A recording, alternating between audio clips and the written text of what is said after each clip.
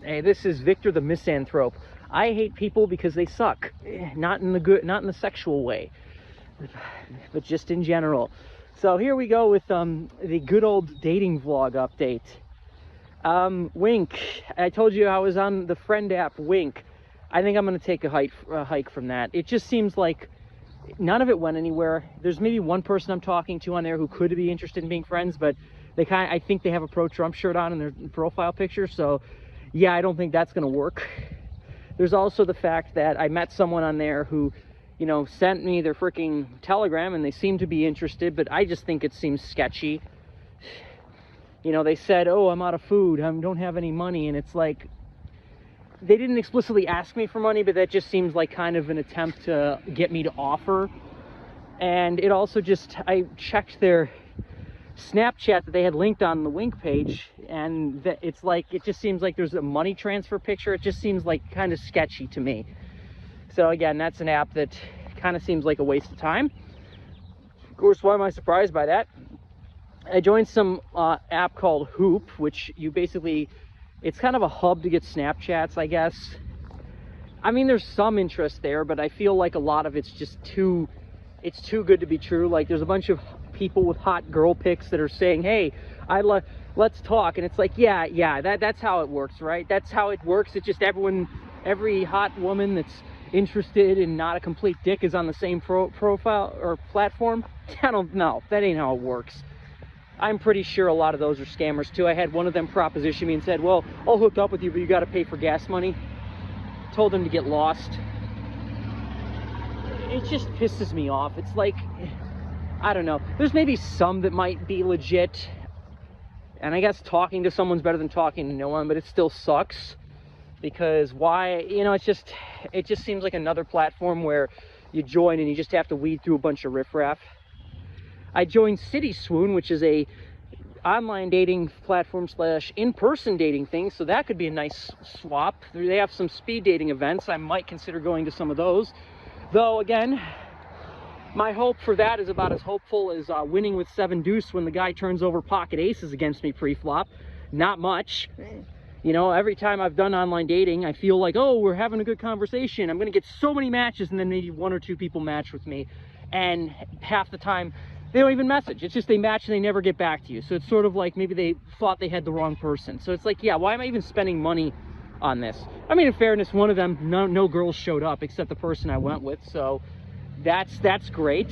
You know, this is a different company, so I'm hoping that won't happen. But still, it feels like a lot of people on there, the reason you're single is you're too picky. So I don't know. I don't have much hope for that. And then I joined eHarmony, as I said. So far, it's a lot of the same shit that I've had to deal with on other online dating apps. I mean, I've had a few decent combos, I guess, but a lot of them seem busy or preoccupied, and they just stop replying inexplicably for no reason, which is annoying as fuck. It sucks because it's the same shit I've had to deal with on other apps. You know, you send a bunch of messages, you make all this effort, and maybe a small percentage of them actually ever get back to you. And some of that's not their fault. Some of them are dead profiles. The site definitely has an annoying habit of promoting to you people that, I mean, maybe haven't been active in a year. I think they weed those out, but haven't been active in a month, and it's probable that that's the beginning of a hiatus, so why are you wasting your time messaging them?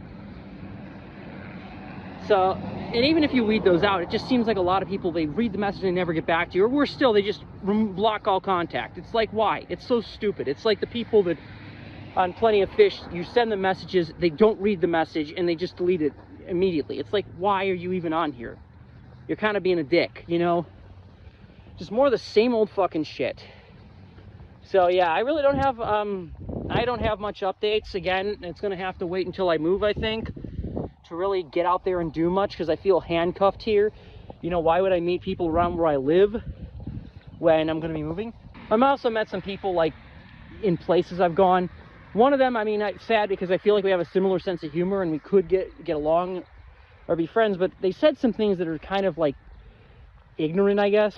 So I don't know if I really want to pursue that. There's another one that I have been talking to, and I think she at least enjoys talking to me, but it's like, you're too busy.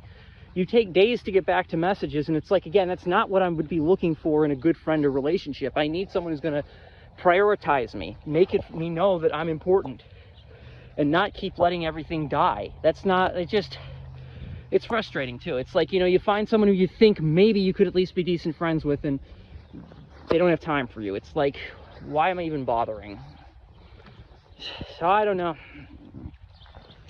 I guess there is some good news. I mean, someone I'm working with is getting married, and I'm going to be going to that, I would think.